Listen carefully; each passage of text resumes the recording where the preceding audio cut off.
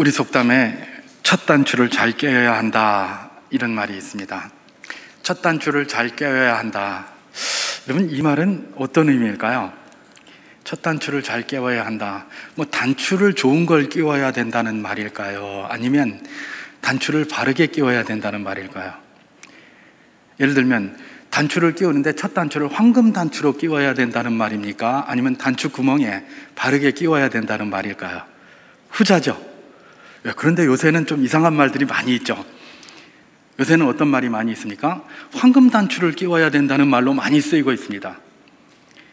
특별히 우리 젊은이 세대들, 이분들의 사실 이런 새 사회에 출발하고 사회에 출범하고 사회에 나가는 게 너무나 어렵기 때문에 이제 그런 것에 대한 이야기들이 굉장히 많이 나오는데, 이분들이 하는 말들 중에 그런 말이 있습니다. 첫 단추를 잘 끼워야 된다라고 하면서 첫 단추는 대기업에서 시작해야 된다, 그런 말 많이 하는 거예요.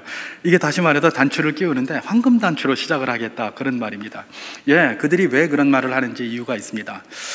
처음에 거기서부터 출발해야 최소한 그 정도 간다는 겁니다. 그런데 이게 일반 중소기업이나 이런 데서 하다 보면 여러 가지 상황이 열악하고 평생 거기서 그렇게 살더라, 그런 경험들을 많은 사람들이 이야기를 해주는 겁니다. 그러니까 니네 첫 단추 잘 끼워야 돼. 그러니까 지금 당장 아니라도 대기업에 들어갈 때까지 좀 기다려야 돼. 그런 이야기를 많이 하는 것이죠. 그래서 우리 젊은이들이 거기에 집중을 하면서 그것을 실천하려고 그런가벼 하면서 그렇게 해나가고 있습니다.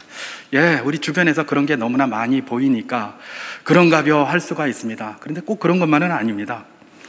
제가 이전에 이 신학교를 다닐 때 저기 창원 시골에 이렇게 전도사로 가게 되었습니다. 그때 제가 그쪽으로 사역지를 간다고 그랬더니 저희 주변의 동료들이 다 말렸습니다. 다 말렸어요. 왜 말렸느냐? 가지 마라. 시골에 한번 들어가면 니 못 나온다니. 평생 그 시골에서 사역해야 된다, 이랬어요. 절대로 거기 가지 말라고. 절대로 거기 가지 말라고 그러더라고요. 근데 제가 거기 안 갈 수 없었습니다. 제가 믿음이 좋아서 안 갈 수 없었던 게 아니고 아무 데도 불러주는 데가 없어요. 그때가 IMF 때였거든요. 그러니까 있는 전도사도 다 나가라고 하는 판에 이제 아무 경험도 없는 신학대학원 1학년생을 우리 교회에 와서 해달라, 이렇게 부르는 데가 어디 있겠습니까? 요즘처럼 또 신학대학원에 예를 들면 사이트가 있어가지고 그곳에서 이렇게 선택을 할 수 있는 게 아니라, 그 당시에는 기독교보에 겨우 이렇게 났었는데 우리가 기독교보를 접할 수가 없잖아요. 그러니까 사역지를 어떻게 구하는지도 모르고 아무것도 몰랐는데, 어쨌든 우리 신학대학원에 그때 원장님이셨던 교수님께서 그쪽 교회에 이렇게 했는데 너 한번 가보겠느냐라고 저한테 이렇게 질문을 주셔서, 그렇게 해서 이제 내가 가려고 그렇게 했던 건데, 그런 이야기를 하는 것이죠. 어쨌든 저는 그때 그렇게 생각을 했습니다. 아이고 어디서든지 나를 부르면 내가 가리라. 근데 그게 시골이다 이런 거는 그냥 생각하지 않고 그냥 부르면 가겠다라는 그런 자세가 있었기 때문에 그렇게 해서 갔던 것이죠. 시골에서 제가 사역을 출발을 했습니다. 근데 시골에 가서 못 나온 게 아니라 천당 밑에 분당까지도 제가 갔다 왔습니다. 천당 밑에 분당까지도 갔다 왔어요. 뭘 이야기를 하고 있습니까? 사람들은 일반적으로 그렇게 이야기를 합니다. 단추를 꽂을 때 원래 황금 단추를 꽂아야 된다라고, 그게 첫 단추를 잘 끼워야 된다는 말이다라고 이야기를 합니다. 다 그런 것 아니에요. 그 말이 일반적으로 많이 통용이 되니까 우리가 충분히 이해할 수 있고 그럴 것이다라고 생각할 수 있어요. 그러나 거기에만 빠지면 안 됩니다. 뭡니까? 첫 단추를 잘 끼워야 된다는 말은 그런 말이 아닙니다. 첫 단추를 잘 끼워야 된다는 말은 황금 단추를 끼워야 된다는 말이 아니라 단추를 단추구멍에 잘 끼워야 된다, 그 말인 줄 압니다. 여러분 믿습니까? 그 말입니다. 여러분, 우리가 무엇에서 시작을 하든지 간에 단추구멍에 단추를 잘 꽂는 것이 굉장히 중요합니다. 제가 특별히 오늘 교사주일을 맞아서 첫 단추로 이렇게 이야기하는 데는 이유가 있습니다. 그것은 무엇입니까? 제대로 된 것, 온전한 자리에 단추를 꽂는 것이 너무나 중요하다는 것이 우리 범사에 너무나 많기 때문에 그렇습니다. 여러분, 그러면 우리가 한번 이렇게 생각해 볼 수 있을 것입니다. 왜 첫 단추를 잘 꿰야 되는데 잘 못 꽂게 되는 것인가 라는 질문 말입니다. 여러분, 특별히 남성 같은 경우는 물론 여성도 그런 옷을 입습니다만은 단추가 많은, 그것도 작은 단추의 옷을 입다 보니까 와이셔츠를 입을 때 이 첫 단추를 잘못 꽂는 경우가 왕왕 있어요. 저도 그런 경우가 왕왕 있습니다. 오늘 아침에도 제가 잘못 꽂았어요. 그랬더니 저희 집사람이 단추가 잘못 꽂아졌다 이렇게 얘기를 합니다. 단추를 보통 왜 잘못 꽂을까요? 첫 단추를. 예. 뭐 저는 오늘은 그런 게 아니라 그냥 아무 생각 없이 입다가 그렇게 됐는데, 뭐 아무 생각 없이 한다거나 아니면 대부분 시간에 쫓겨서 그래요. 그죠? 시간에 쫓겨서. 아니 뭐 졸다가 그러죠. 예, 맞습니다. 졸다가 그러는 것도 사실은 시간이 쫓겨서 그러는 거예요. 시간은 촉박한데 잠은 오지, 잠은 덜 깨있지. 졸면서 이렇게 하다가 다시 이렇게 잘 못 깨는 것 아니겠습니까? 결국은 시간이 촉박해서 그러거나 아무 생각 없이 하다가 그렇게 될 가능성이 있어요. 근데 대부분은 다 뭐예요? 시간이 촉박해서 그래요. 시간이 촉박해서. 근데 여러분, 와이셔츠를 이렇게 딱 채우다가 시간이 촉박해서 채웠는데 잘못 채워가지고 다시 풀어야 되고, 그렇게 되면 어떻게 되겠습니까? 안 그래도 시간 촉박한데 다시 그거 맞춰서 또 풀러가지고 또 꽂아야 되고 이러니까 시간은 시간대로 배나 더 들고. 시간만 그러면 괜찮죠? 또 뭐가 생깁니까? 화가 치밀어 오르잖아요. 아이! 그래서 또 그럴 때는 또 이게 잘 안 풀어져요 또. 그러니까 막 제가 왜 잘 알겠습니까? 많이 해봐서 안다니까요. 잘 안 풀어지니까 막 짜증까지 내가면서 나 요즘 왜 이러지? 이러면서 하는 거예요. 예. 첫 단추를 잘못 깨면 시간이 부족해서 첫 단추를 잘못 뗄 가능성이 높은데, 이게 시간이 더 많이 들고 에너지도 배나 더 들고 더 힘들어지는 거예요. 그랬는데도 불구하고 어떻게 하는 겁니까? 예, 시간이 부족해서 막 하다 보면 첫 단추를 잘못 끼게 되는 것입니다. 여러분, 이런 현상들이 우리 삶의 범사에 많이 나타납니다. 꼭 무슨 뭐 와이셔츠만 아니겠죠. 뭐 사실 와이셔츠 같으면 다시 풀었다가 다시 끼우면 괜찮아요. 뭐 별로 큰 문제는 없어요. 짜증 좀 나고 시간 좀 더 들어서 그렇지, 예, 별로 큰 문제는 없을 것 같아요. 그런데 중요한 건 뭡니까? 이게 범사에 굉장히 중요한 많은 일들이 있는데 이런 경우가 많이 나타난다는 거예요. 여러분, 첫 단추를 잘 못 꿰면 굉장히 잘못되고 문제가 심각해지는 것들이 우리 이 주변에 많이 있습니다. 많이 있지만 오늘 특별히 교사 주일이기 때문에 저는 그 많은 것들 가운데 배우는 것에 대해서 한번 집중해 보기를 소망합니다. 우리가 배우는 것 말입니다. 배우는 게 첫 단추를 잘 꽂아야 돼요. 첫 단추를 잘 꽂는다는 것은 무엇입니까? 적시에, 위치에 제대로 그것을, 모든 것들을 다 꽂아야 된다는 것이죠. 그게 바로 무엇입니까? 배움의 요체라는 것입니다. 물론 평생학습이라는 말이 있습니다. 그래서 평생 배워야 돼요. 그러니까 그런 차원에서 뭐 배우는 데는 시간도 필요 없고 뭐 잘못 꽂아졌으면 다시 풀어가지고 다시 꽂으면 되고 이렇게 생각할 수 있어요. 그러나 평생학습도 평생학습이지만 사실상 어떤 것들은 특정한 시기에 배우지 못하면 그 후에는 시간이 없어서도 못 배우고, 또 그 후에는 다른 일들 때문에 못 배울 수도 있고, 또 그 후에는 가르치지 않아서 못 배울 수도 있어요. 그게 여러분 우리가 많이 경험하는 것 아닙니까? 어떤 것은 특정한 시기 그때에 배워야 돼요. 그러니까 다시 말해서 평생학습이라는 말이 있어요. 맞아요. 그렇지만 그것이, 그 학습이나 그 배움이 효과적이 되기 위해서는 특정한 시기가 있고요.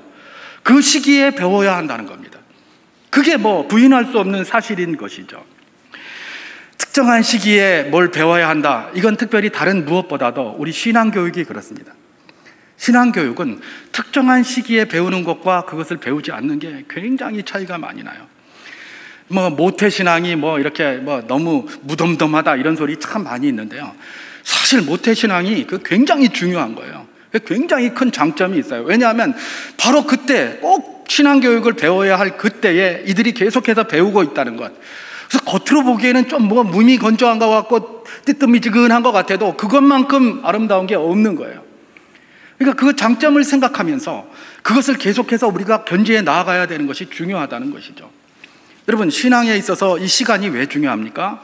예, 신앙은 뭐와 관련되어져 있다? 예, 이 우리의 상상력과 많이 관련되어져 있다고 그래요. 여러분, 제가 전에 한번 우리 교회에 그 부흥 강사로 한번 초빙했던 분이 있습니다. 그분이 누구냐 하면 저 백석대학에서 이렇게 그 교수 사역을 하고 계시는 이우재 교수님이라는 분입니다. 이 이우재 교수님이 이제 부인이 계신데, 부인은 이제 저 총신대학에서 아동학과에서 교수를 하고 계십니다. 이 사모님이 참 대단하신 분이에요. 원래 자기 남편이 이제 학위를 하러 나갔기 때문에 남편 공부 뒷바라지 한다고 따라갔어요. 따라갔는데 남아공에서 이분들이 둘 다 박사학위를 했는데, 따라갔는데 남편 공부와 뒷바라지 하면서 자기가 공부를 다 했어요. 그래서 박사학위를 남편보다 먼저 받았어요. 그리고 박사학위를 받고 나서 교수 채용도 이 양반이 먼저 됐어요. 그래서 이분은 바로 총신대학교 아동학과 교수로 정교수 이렇게 해서 갔는데, 자기 남편은 그 당시에 저 천안대학이라는 거기에 인턴 교수로 가서 뭐 이런 식으로 밟아서 백석대학으로 이렇게 가신 것이죠. 그 사모님 대단합니다. 근데 이 사모님이 쓴 논문이 뭐냐 하면 이런 논문이에요. 상상력이 신앙에 미치는 영향에 관한 걸 쓴 거예요. 이 상상력이 신앙에 어떤 영향을 미치는가. 그래서 상상력이 풍부할수록 신앙이 좋다는 거예요. 근데 여러분, 상상력은 언제 있습니까? 어린 나이 때 상상력이 많을까요? 나이가 많아져서 상상력이 많아질까요? 나이가 많아지면 상상력이 점점 없어지죠. 나이가 많아지면 많아질수록 현실력이 강해집니다. 상상력은 없어져요. 그럼 상상력은 언제 많을까요? 어리면 어릴수록 더 많아져요. 저희 집에도 저 막내가 하나 있습니다. 얘 이제 초등학교 4학년인데 상상력이 풍부해요. 상상력이 풍부하니까 뭘 합니까? 혼자 얘기를 많이 해요. 제가 이전에 그랬거든요. 친구가 뭐 별로 없어도 돼요. 혼자 이야기해요. 혼자 막 주절주절 하면서. 그러다가 목사 된 것 같아요. 혼자 주저리거리다가. 지금도 혼자 주절되고 있잖아요. 그죠? 혼자 주절 하면서 막 대화하고 막 이러거든요. 이게 뭡니까? 머릿속에서 계속 뭔가 생각이 나는 거예요. 이 상상력이 풍부한 거예요. 여러분, 우리 어르신들 한번 생각해 보십시오. 요즘은 다 비디오 세대라서 전부 눈으로 봅니다. 그러니까 상상력이 많이 떨어져요. 왜냐하면 상상할 필요가 없거든. 눈에 보이니까요. 근데 이전에는 기껏 해봐야 뭐가 있었습니까? 라디오 있었어요. 라디오. 그지? 그렇지 않으면 뭡니까? 무슨 책 같은 거 뭐 이런 거 아니면 또 뭐 옛날에 뭐 어르신들 이런 분들이 할머니가 뭐 옛날에 뭐 임금이 구구쌤을 몰라서 77이 뺑기칠 88이 뭐 하다가 뭐 구구 달구똥 뭐 이런 거. 이러면 그게 뭘까? 그리고 그거 생각하는 거예요. 전부 말로 듣고 그걸 상상을 하는 거예요. 여러분, 신앙생활을 했던 우리 어르신들 한번 보십시오. 이전에 주일학교 가면 뭐 요즘처럼 무슨 시스템이 좋습니까? 뭐 합니까? 별로 없어요. 그냥 가면 앞에서 교육자들이나 선생님들이 그냥 성경 이야기해 주는 거예요. 아브라함 이야기해 주고 뭐 이삭과 야곱 이야기해 주고 무슨 야곱과 그 에서 이야기해 주고 뭐 모세 이야기해 주고 출애굽 이야기해 주고 홍해가 갈라진 이야기해 주고 이런 이야기 막 해줘요. 그럼 저게 뭔가 처음에는 그냥 듣고 있는 거예요. 여러분, 우리 할머니들이 옛날에 했던 이야기 오랫동안 기억하잖아요. 그것처럼 늘 그런 이야기 그냥 기억하고 있는 거예요. 그래서 그렇게 이렇게 쭉 알고 있는 거예요. 근데 놀랍게도 성경 시험 같은 거를 딱 보면 그런 분들이 답을 잘해요. 왜냐하면 옛날에 이야기를 들어서 모세가 누군지, 그 다음에 뭐 아브라함이 누군지 대충 알잖아요. 그러니까 답을 잘해요. 근데 요즘 우리 주일학교 학생들은 모세가 누군지 아브라함이 누군지 이런 거 잘 모르는 사람이 굉장히 많아요. 굉장히 많아요. 그리고 별로 상상하려고 하지를 않는 것이죠. 이전에는 그렇게 상상력이 풍부해서 그런 게 다 신앙이 됐어요. 그래서 우리 어르신들의 그 신앙이 이렇게 깊이 묻어져서 지금 이 시대에도 여기 와서 이렇게 앉아서 신앙생활을 하고 있는 거예요. 근데 오늘날은 어때요? 전부 보고 있죠. 전부 보고 있고 전부 그냥 그런 것들 이야기도 안 하고. 그래서 저는 우리 교역자들한테 그냥 뭐 이렇게 교훈적인 설교 이런 거는 어른이 되면 하니까 주일학교 때는 그냥 성경 이야기를 좀 많이 해줬으면 좋겠다. 그런 이야기를 제가 많이 해요. 물론 상황이 바뀌어서 어떤지는 잘 모르겠습니다만은 그런 이야기를, 왜냐하면 아이들로부터 생각하게 하고 또 기본적인 그런 지식과 소양이 있어야 설교를 들어요. 나이 먹어서 목사가 여기서 제가 모세 이야기 하는 거 봤습니까?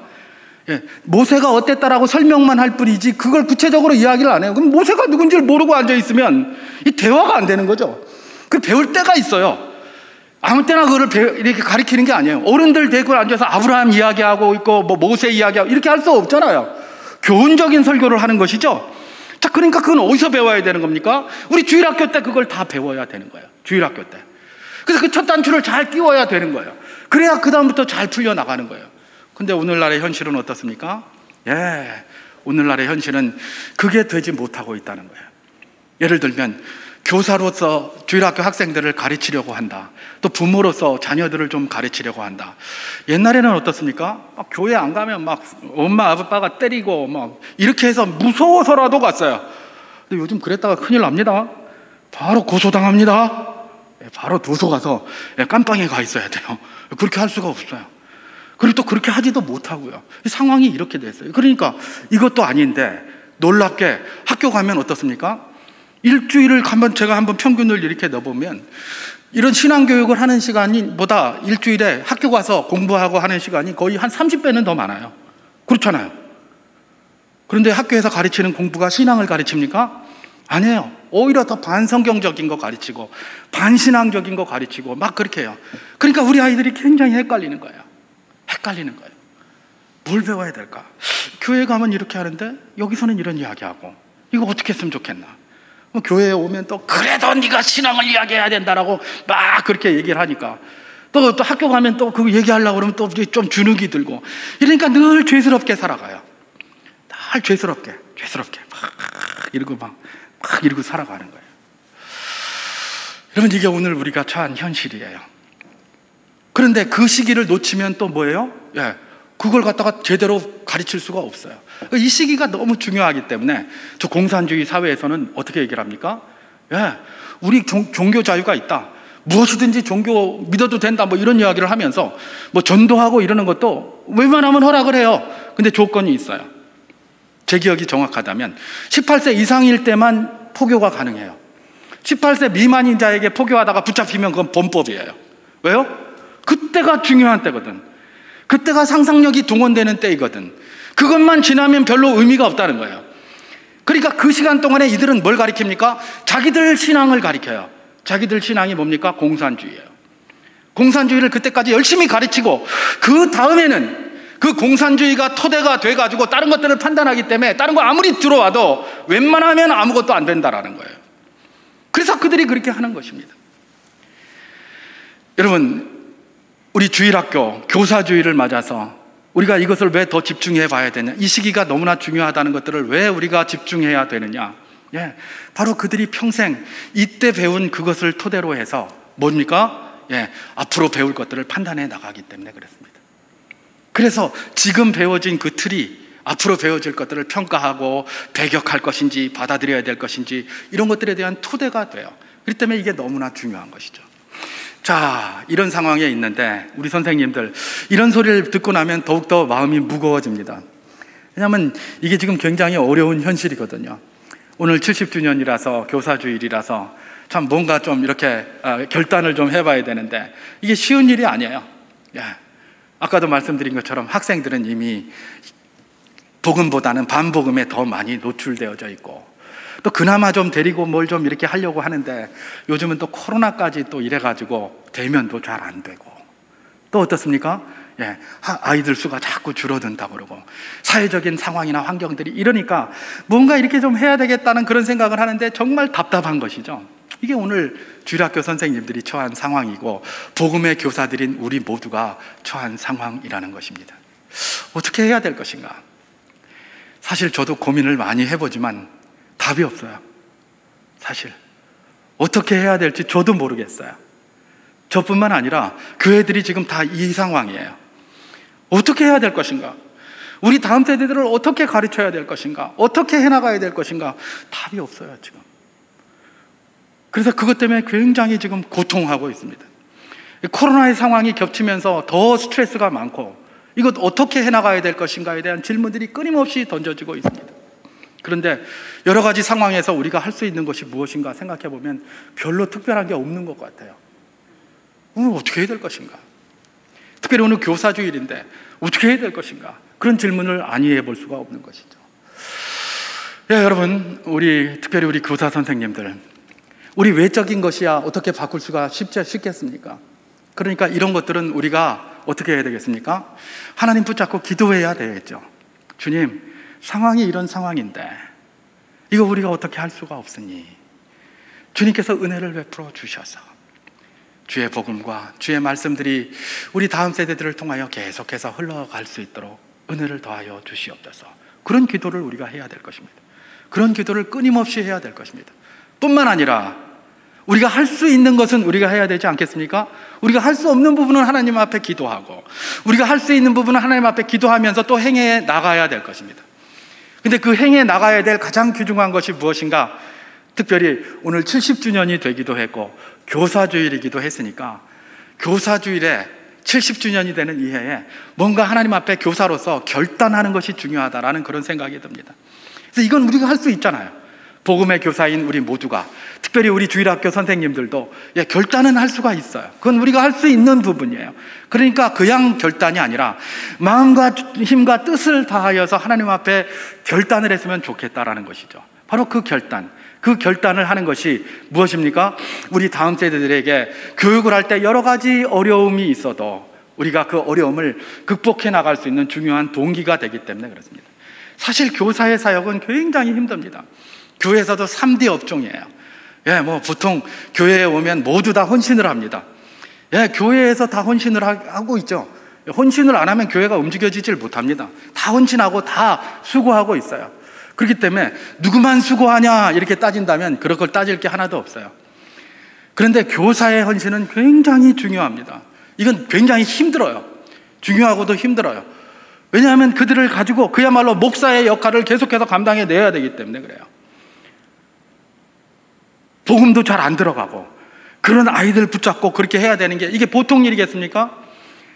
여러분, 아이들 데리고 앉아가지고 하루 있는 게 이게 1시간 있는 게 이게 쉬운 일이 결코 아닙니다. 우리 남편들 요즘은 감히 그런 남편들 없겠습니다만은 이전에 보면 부인들한테 집에서 뭐 한다고 피곤하노? 제가 그런 말 많이 했거든요. 근데 우리 집에 애들이 4마리입니다. 이게 굉장히 피곤한 거죠. 아이들 데리고 교육한다는 게 굉장히 피곤하고 힘든 일이에요.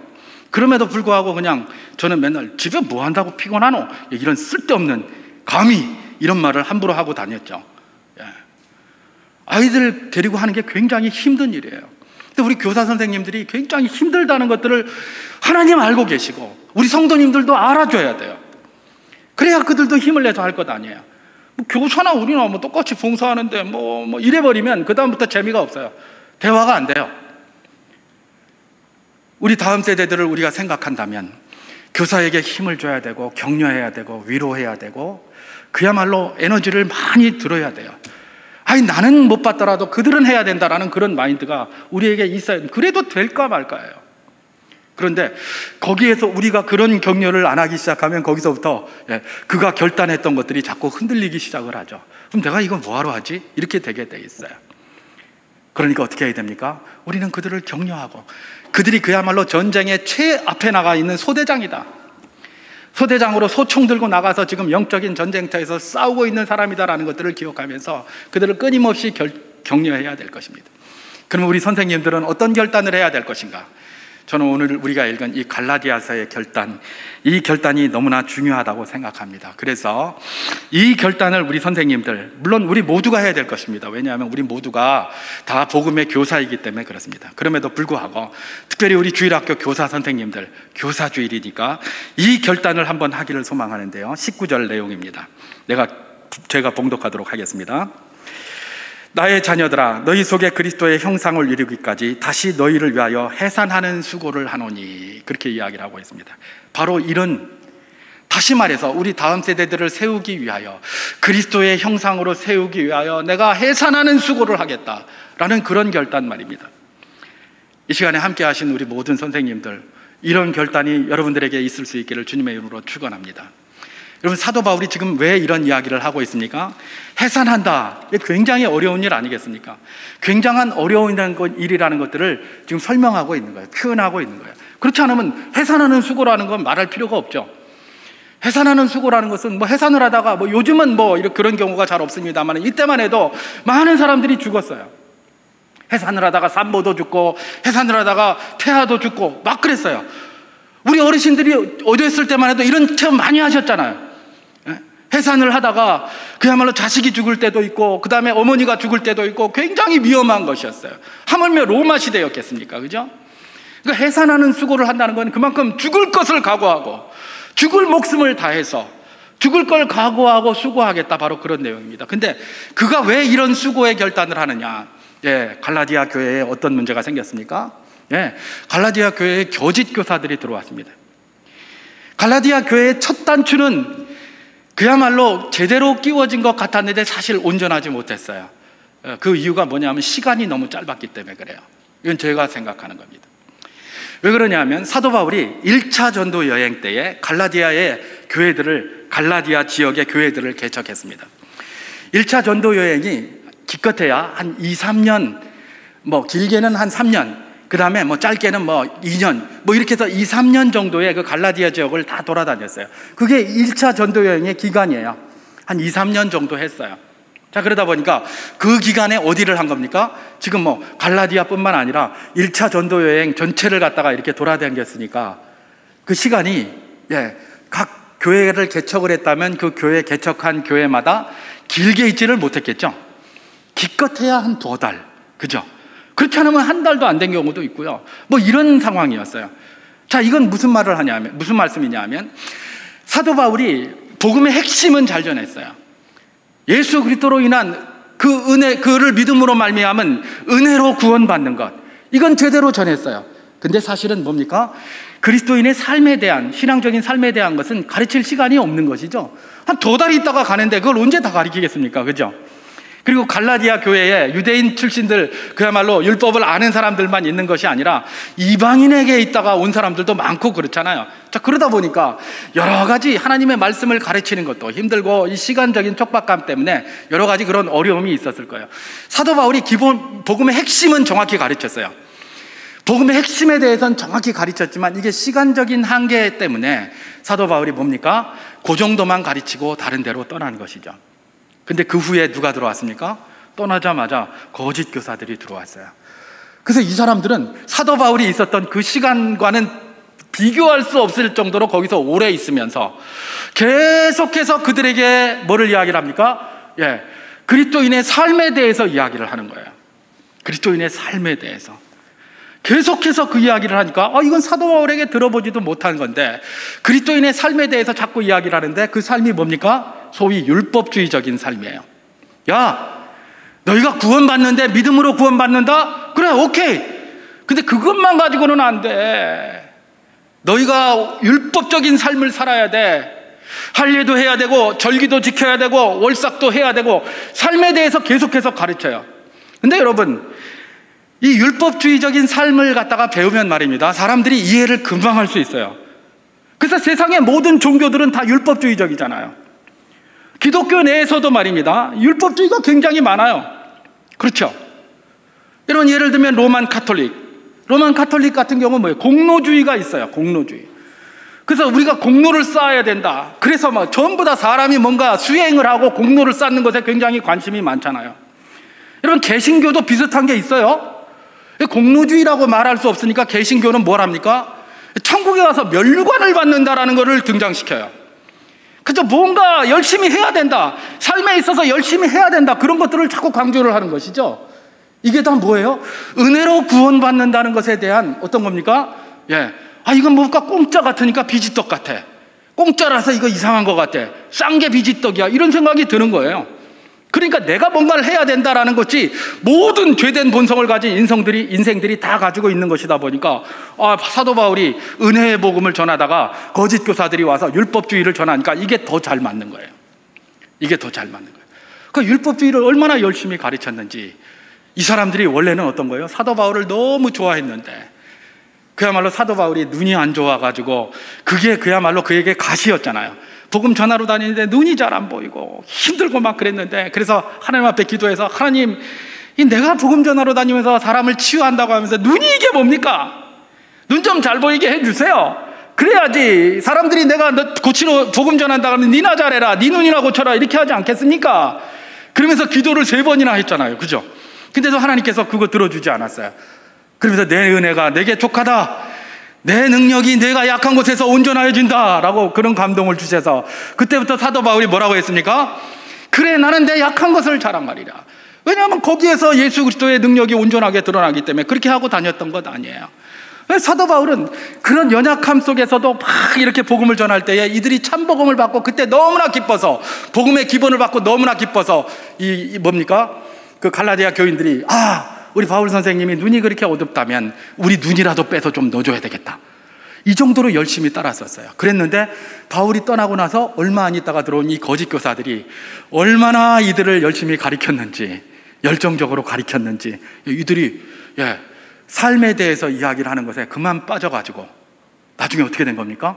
사도 바울을 떠나고 말았어요. 사도 바울의 가르침을. 이들이 한 것이 무엇입니까? 요즘 뉴스 같은 데 들으면 그런 말이 많이 나오죠. 메시지를 무력화시키기 위하여 메신저를 공격하라.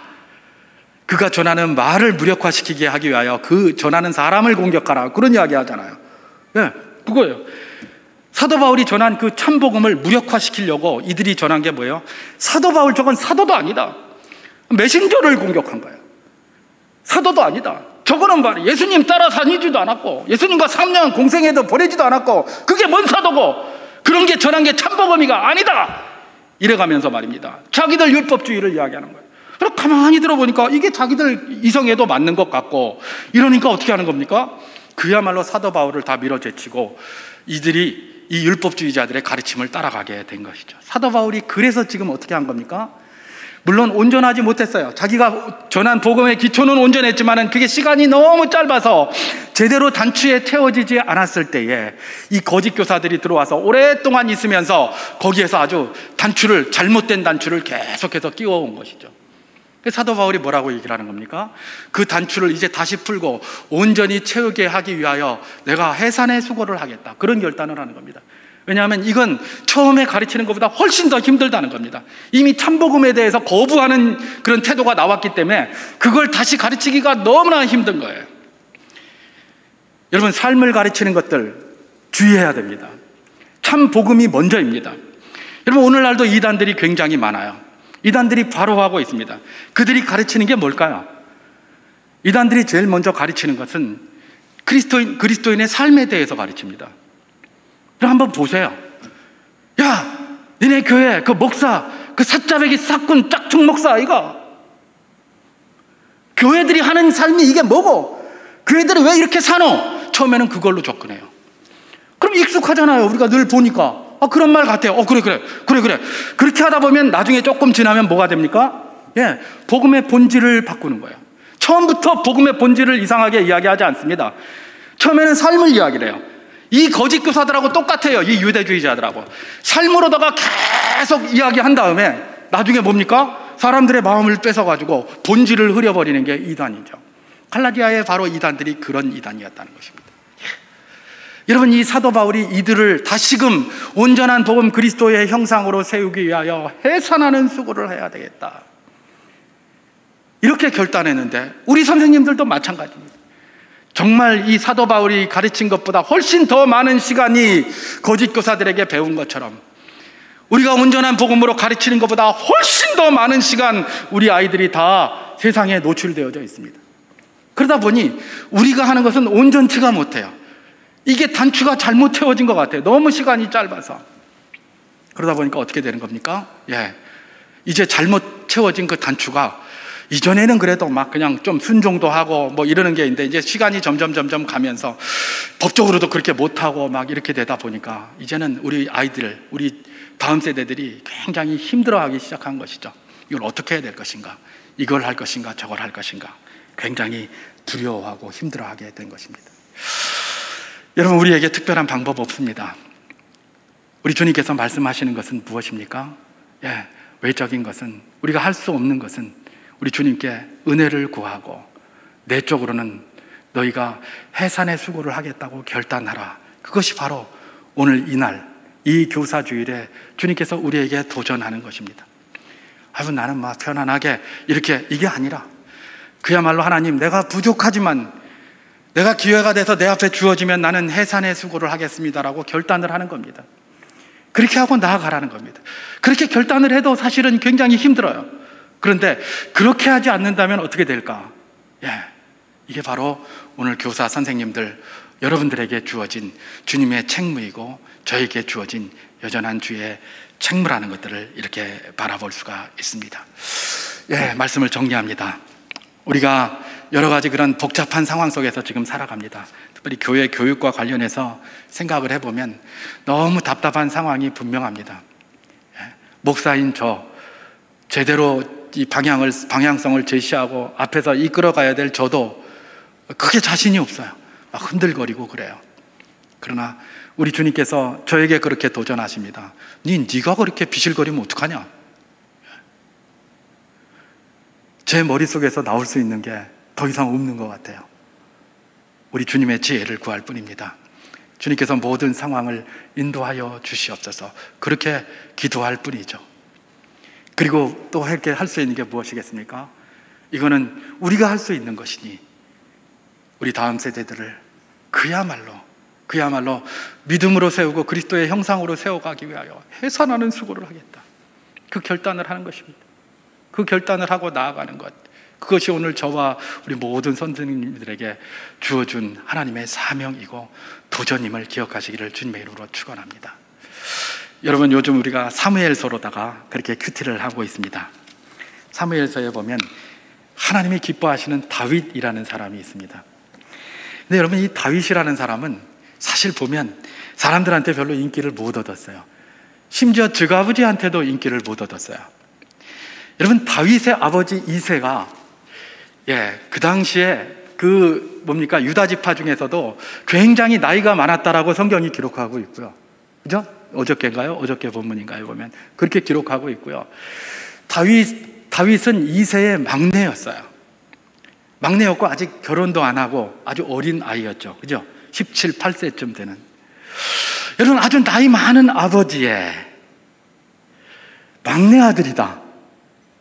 그것도 결혼도 하지 않았다. 그러면 어떨까요? 눈에 넣어도 안 아픈 아들 아니겠습니까? 여러분, 나이 많아서 얻은 아들, 눈에 넣어도 안 아픈 아들입니다. 그런데 이 아버지 이새 말입니다. 그 눈에 넣어도 안 아플 법한 그 다윗, 그 막내 아들을 뭐라고 취급하고 있습니까? 아주 하찮게 취급하고 있어요. 그것은 아마 이 아버지의 기대에, 아버지가 보기에 뭔가 별로 마음에 안 들었음이 분명합니다. 그러니까 그렇게 하지 않겠습니까? 근데 하나님께서 뭐라고 얘기를 합니까?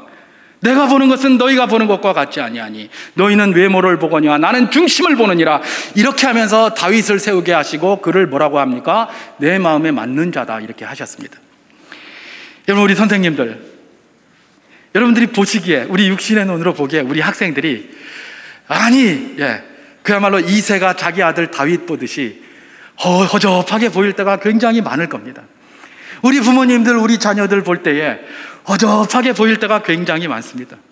그럴 것입니다. 근데 주님께서 우리에게 말씀하시는 것은 무엇입니까? 그 속에 다윗이 있다는 겁니다. 그 속에 다윗이 있다. 내 마음에 맞는 자가 그 속에 있다는 겁니다. 우리 몇 명 안 되지만 우리 주일학교에 다윗이 있다는 겁니다. 몇 명 안 되지만 우리 청년들에게 다윗이 있다는 겁니다. 그 다윗을 발굴하고 그 다윗을 위하여 너희들이 헌신하고 해산하는 수고를 하라. 바로 그 이야기를 하고 계시는 것입니다. 교사주일에 하나님, 우리에게 허락하신 이 다윗들을 잘 양육하여 하나님 마음에 합한 자, 하나님 마음에 맞는 자로 만들어내는데 우리가 통로로 조금이나마 쓰임받게 하여 주시옵소서. 우리 성도들 그런 기도가 되기를 소망하고 우리 선생님들 그런 결단의 기도가 있기를 주님의 이름으로 축원합니다.